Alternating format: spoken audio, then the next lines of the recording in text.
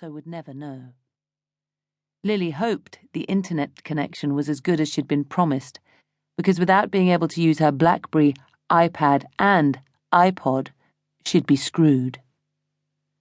The soft rain misting up the windows, combined with jet lag, lulled her into resting her head back against the seat. Lily allowed her heavy, tired eyes to shut and drifted off. "Here we are, love. Cliff House. I'll get your gear out while you run up and get Betty to open the door." Lily jerked awake and gazed blankly around. "Oh, right. Sorry, I fell asleep. I'm not quite with it yet." "That's all right.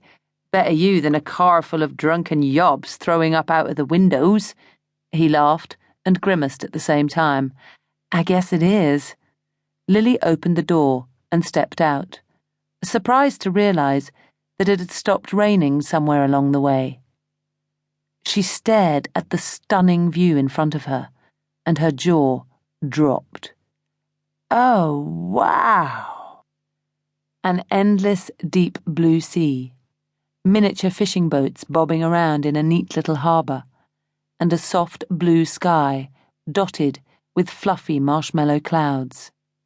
Lily had never seen anything like it before. "Oh, wow," she said again. A broad smile creased her driver's weathered face.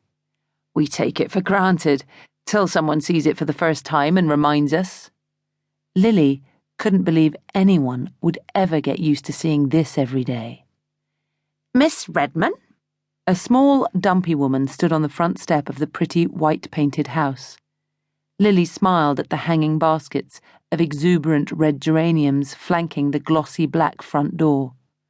There'd be nothing but shriveled-up twigs in Tennessee's searing summer heat. "Yeah, just coming." Lily threw an apologetic grin at the man hauling all her bags out of the car. "Can you manage?" "No problem, love. I'll bring them up. You go on." He shooed her away. She opened the gate and picked her way carefully up the narrow path. The combination of uneven flagstones and her high heels were an accident waiting to happen.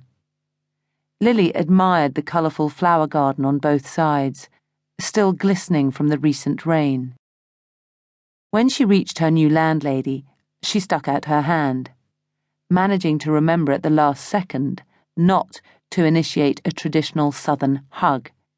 It had been top of her secretary's long list of things not to do in England.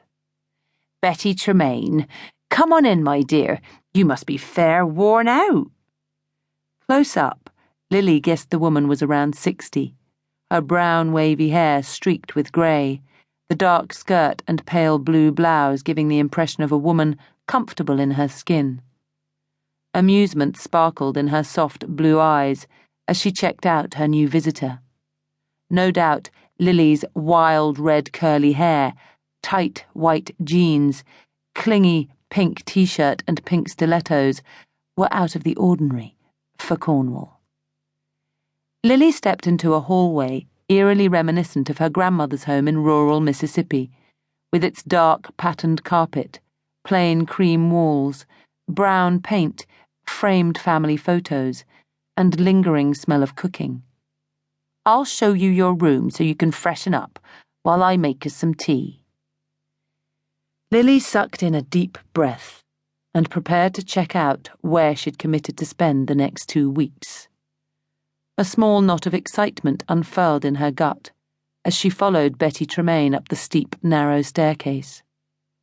She stifled a groan as her new landlady opened the door to the tiniest bedroom she'd ever seen, wondering where on earth she could put all her luggage.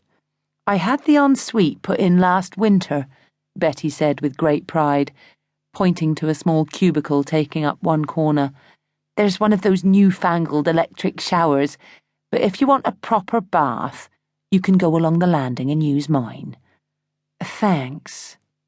Lily looked around the sunny room, amazed to see it managed to contain a single bed, a chest of drawers, something Betty declared to be a wardrobe, but she'd call a freestanding closet.